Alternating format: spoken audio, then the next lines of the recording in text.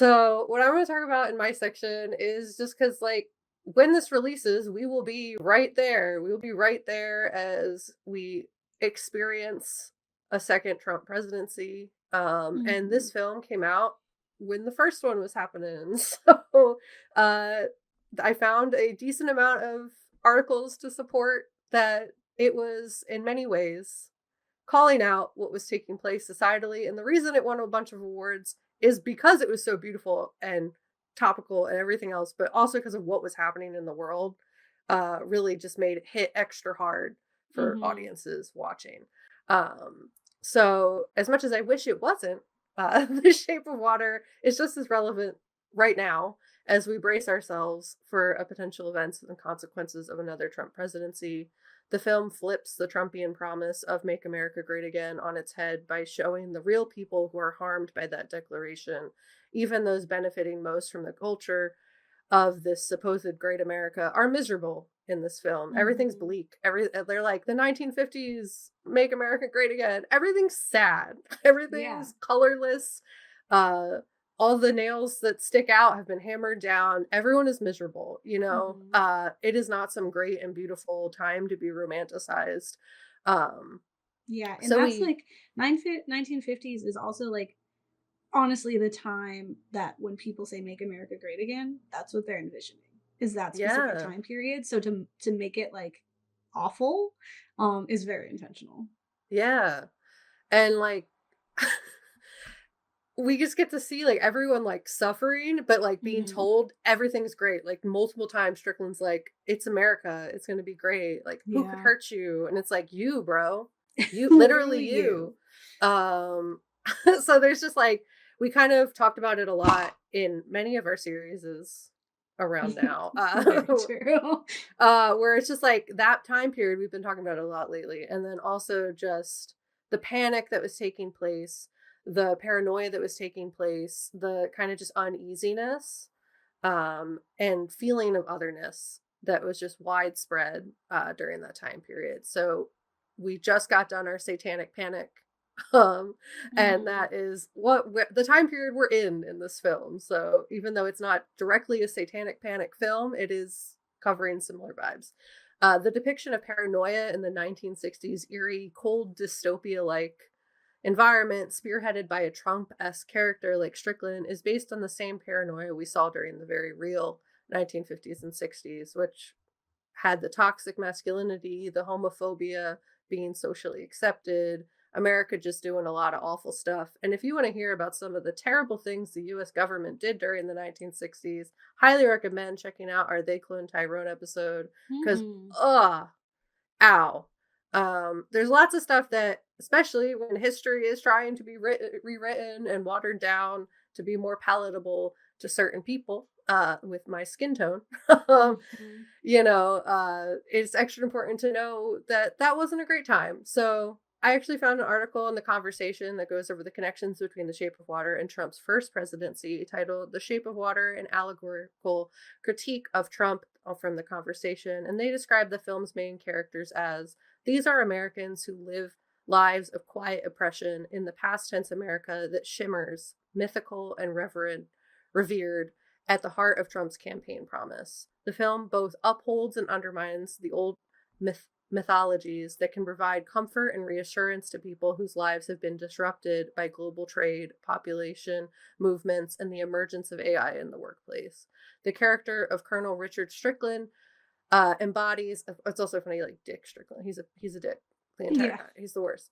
Embodies the abuse of power and authoritarian tendencies. Strickland's cruel and domineering behavior towards the amphibian man and other characters reflects the authoritarian style of leadership often associated with Trump. Strickland's belief in his superiority, white supremacy, and his Mhm. willingness to use violence and intimidation to maintain control serve as a critique of the authoritarian and often oppressive tactics used by Trump's administration. And the Conversation article continues that the Cold War was in full swing in this film, and the dichotomy between the United States and Russia, between good and evil, is both referenced and undermined. Specifically, Americans and Russians are in conflict, but it's a Russian agent who acts ethically. Mhm. It's kind of like questioning who are the monsters multiple times throughout the film. Yeah. And there is a traditional Main Street dessert shop, but the affable server turns out to be a vile racist and homophobe who Mhm. adopts a Southern accent for marketing purposes and is actually from Ottawa, Canada.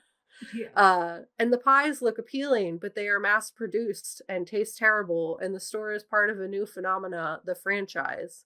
The film is poised at the moment when authenticity is being lost to illusion. And Much also when like, we want to be great again.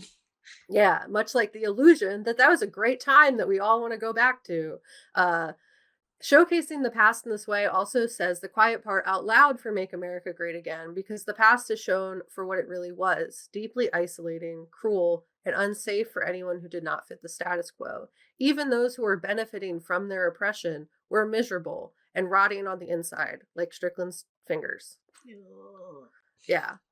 And the reason The Shape of Water is very much calling out Trump and those who believe in Make America Great Again is because that time period was selected and showcased intentionally, which Gabe definitely covered for the most part. So, like, the 1940s and 50s were not great. And if they were, then why were the characters we're following in the film struggling and fearful? Why did Strickland have a wife who had to put up with this disgusting behavior? Why was he so miserable? Why did he hate his kids? Why was Mhm. everyone having like kind of a hard time? If you already know your history, this won't be that interesting for you, but our characters are dealing with a lot of subtext that some people don't have. Mm. And that is True. intentionally being erased right now and watered down into an illusion of something good. Uh, when what was really happening was a ton of paranoia, oppression, and misery. And our characters are dealing with Cold War paranoia, satanic panic, post Red Scare paranoia, on top of not having rights or Mm. choice during this time period. And to be alive in the 1950s was to not be safe to be yourself. It was a denial of authenticity, because to be your authentic self was a threat to your safety, Mhm. and to be viewed with the same cruelty as Strickland views the amphibian man by an oppressive country. With that, it's important to know what else is influencing our characters' fear, specifically to disobey the powers that be. Like, why everyone was like, I totally get why we have to do this, but Mhm. this is scary. We have really real reasons to be terrified to stand up against this government agency who's trying to dissect and kill this innocent creature. And it shows like why it's so important to fight anyway. Do things afraid, you know.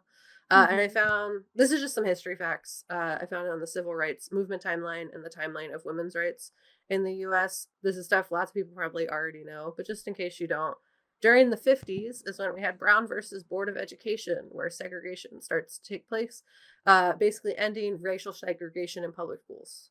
Many schools remained segregated, but like Ruby Bridges and Mhm. folks like were She's still alive. alive. Like she's not even old. Like Okay. She's voting. uh those pictures were made black and white on purpose to make it seem like it was a bad long time Mhm. ago, and it wasn't. So 1957, Eisenhower signs the Civil Rights Act of 1957 into law to help protect voter rights. This allows federal prosecution of those who suppress another's right to vote.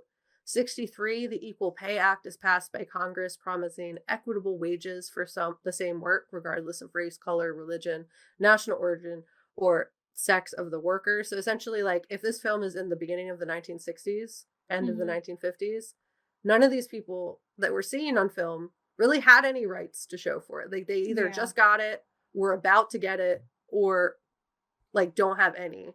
And are perceived as less than, or perceived as the equivalents of the amphibian man during this time period by society. Um, and in 1964, title, I don't know Roman numerals, 7. V117, thank you, Title 7 of the Civil Rights Act passes, preventing employment discrimination due to race, color, sex, religion, or national origin, and also establishes the EEOC to help prevent workplace discrimination.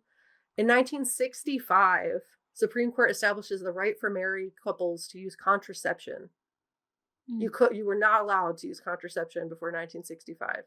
So Strickland and his wife didn't have a choice but to have those kids he doesn't like. Mhm.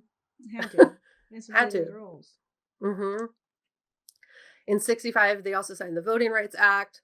'68, Lyndon Johnson signs the executive order prohibiting sex discrimination by government contractors and requiring affirmative action plans for hiring women. So that's why there are not any women working in the higher positions of this government office, and they're only Mhm. janitors and secretaries with no real power. Like, they're reclaiming the power in the film because they literally just got in the door. That Yeah. this was the position that was like they are finally allowed to work. That was not allowed before. So President Johnson signs the Civil Rights Act of 1968, which also allows fair housing. 69, California adopts the nation's first no-fault divorce law, allowing divorce by mutual consent. So Strickland's wife literally had to put up with this man putting his Mhm. rotting fingers in her face during sex. Like, she could not leave. Um, Mhm. so it's like maybe no-fault divorce is important because there are men like that who you are Mhm. forced to be with and cannot leave.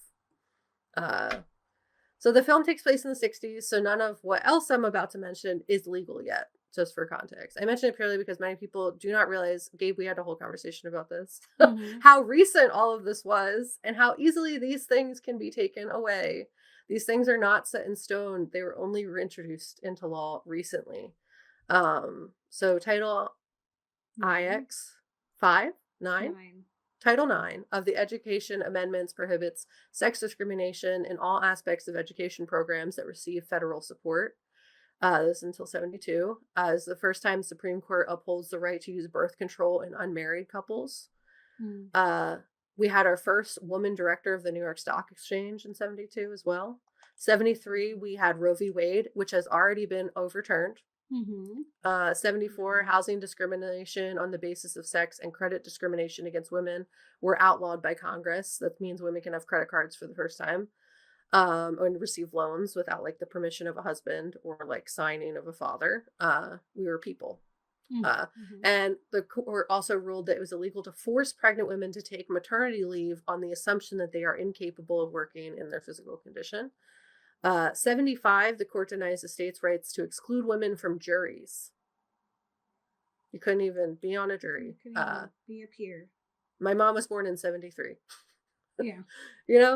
In 78, the Pregnancy Discrimination Act bans employment discrimination against pregnant women. So if you were pregnant, you could not work before Mhm. 78, really. So The Shape of Water just like has all that in the background of everything that's happening. The characters that we're seeing fight and be strong and powerful and resilient don't even have rights in the context of their world. Like, everything Yeah. is dark and blue and sad for a reason. And it's like, one thing I'll end up talking about is like empathy and how important that is. But then also, it's like you see that the only people who actually are able to find like happiness in this bleak environment are the people who are so othered, because they still find moments where they have the capacity for empathy and like capacity to actually connect to other people. Yeah, well, So because their self-worth and like personhood isn't intertwined with what society is telling them to do. So they're able to find it because they have to make it themselves. exactly. So The Shape of Water also blurs the lines between humanity and monstrosity, which Gabe spoke about in their section. While the amphibian man is initially perceived as monster, it's the human characters. That's like Del Toro's thing. It's fantastic. We Mhm. just need to show that being good is not a static state of being. It is constant work. The film challenges viewers to reconsider their definitions of what it means to be human and what constitutes a monster, suggesting that true monstrosity lies in cruelty and a lack of empathy. Um, it also like asks us to consider what is not allowed is actually, if it's like, if breaking the law is actually unjust, or if breaking the Mhm. law is actually the most just thing you can do, Mhm. because laws have been used to oppress more than protect in this country. The story of Eliza and the Amphibian Man underscores the importance of empathy in the face of societal cruelty and discrimination, and the film reminds us, like Eliza, we must respond with empathy and love and compassion, regardless of differences. And the message is crucial as we navigate the challenges of a second Trump presidency, emphasizing the need for solidarity and resistance against oppression. So, like, people who had even more to lose were fighting. So we have to as well. And the film uses its narrative and characters to offer a poetic critique of Trump's presidency. It addresses issues like racism, sexism, and xenophobia, promoting themes of empathy and acceptance and humanism. And the portrayal of Strickland as a symbol of Trump's worst qualities is also important, like such as his toxic masculinity, his racism, his abuse of power. It serves as a powerful allegory for the societal impact of Trump's leadership and the film's depiction of the struggles faced by marginalized individuals and their capacity and compassion and resistance provides a hopeful vision and a more inclusive and empathetic future. At its core, The Shape of Water is a story about empathy and humanism. Eliza's compassionate relationship uh, with the other characters in the film and the amphibian man stands in stark contrast to Strickland's dehumanizing treatment of the creature. The dichotomy serves as an allegory for the broader societal divide between those who advocate for empathy, inclusion, and human rights, and those who promote division, exclusion, and humanization.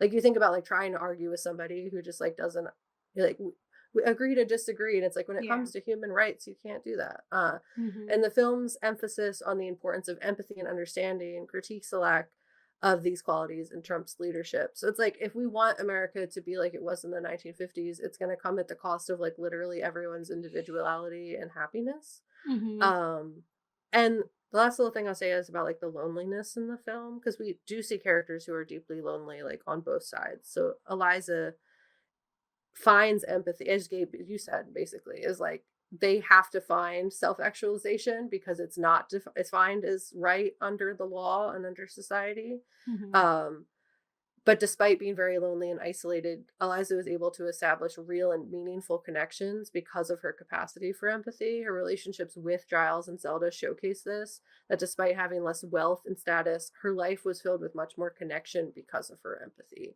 Strickland, conversely, was lonely in a vastly different way because of his lack of empathy. He was benefiting from being cruel. Uh, Mm-hmm. so he was literally rotting from the inside, and he was not shunned by society. In fact, he was widely accepted, but his life and world were entirely devoid of connection and empathy.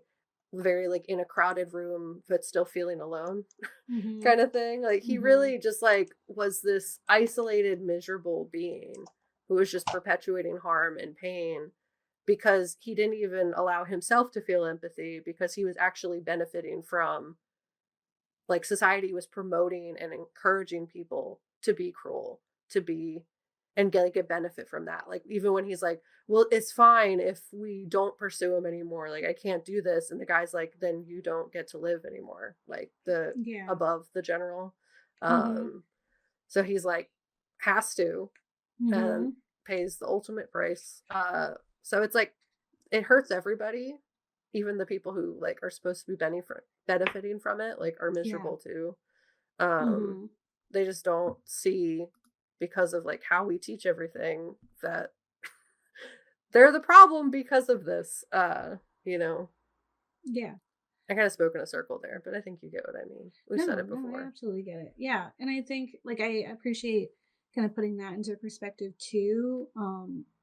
Because yeah, I think there was in that time period, there was a lot of intentional work around establishing that time period as the the point of America is great.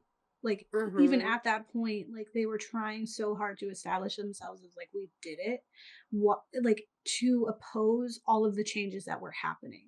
Like it was to justify like we don't need to have all those new rights and changes. Like it was a Mm-hmm. fear of change that made them kind of like dig their heels in and say no, everything is perfect now.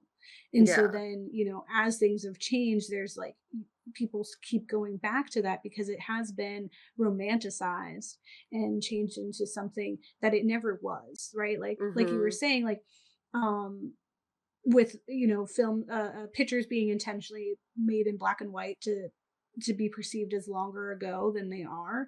And I think Mm-hmm. that's also a reason why uh Del Toro didn't make this a black and white film, because it Yeah. is recent and it is timely for now too. Like it's bleak.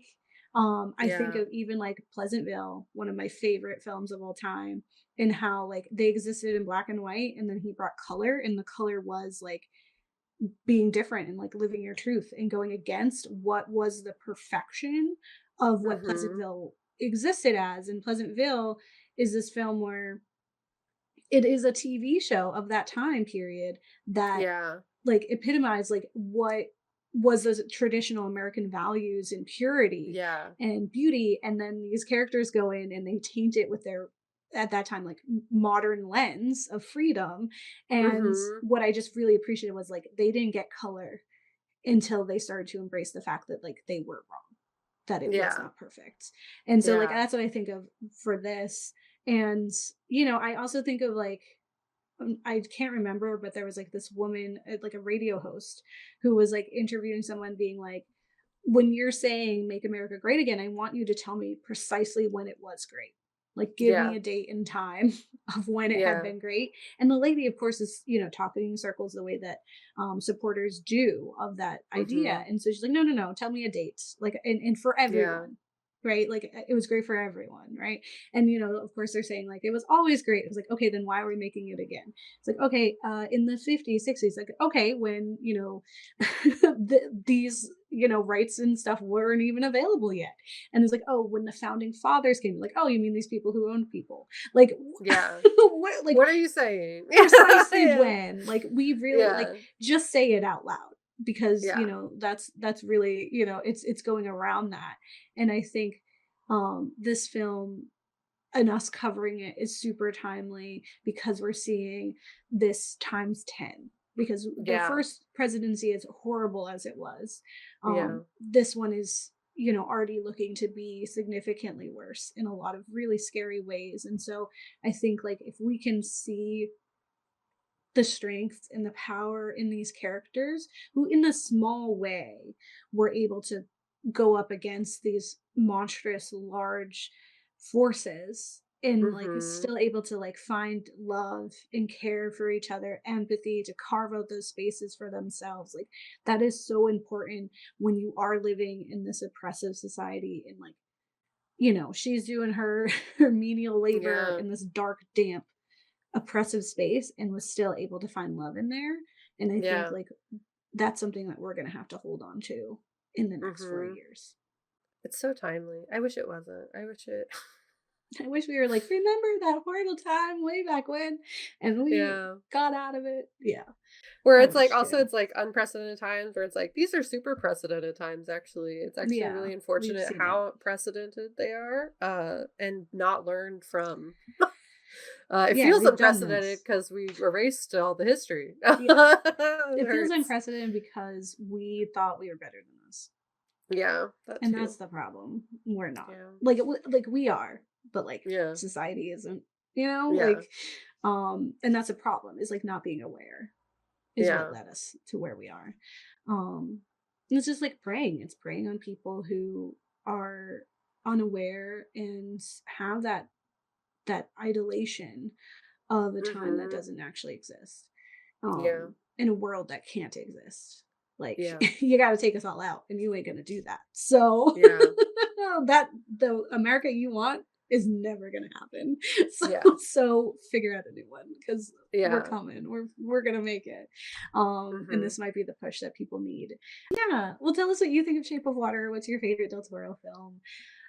What are you finding support in? Like, what is your form of resilience? Where's your family? Like, Yeah. talk to us and share those spaces that you're carving out, so that we can find those places too. Like, we're going to need each other now more than ever, and so I hope you're still with us as the Mhm. years go by, because we're going to be here as long as we absolutely can. Like, we're going to Yeah. continue to be a mouthpiece and to amplify voices and uplift ideas, and do what we can to fight back Mhm. against this attack on media literacy, this attack on community and family, and the not traditional white supremacist vision of what people are. So Yeah. yeah. Like and subscribe, give us a comment, support us. Yeah. It'll mean a lot, and it'll help us continue to be a voice in the dark, and to maybe one day make stories like Del Toro. Mhm. Right, well, don't get I love married. it. Don't get married till it's your kids. Yeah. Hopefully not. Hopefully, They could go in the water and be fish. yeah. Go Find be a love in the fish. water. Yeah. Yeah. Monster romance. Oh, also, if you have any monster romance books you want to recommend me, please do. I'd love Yeah. it.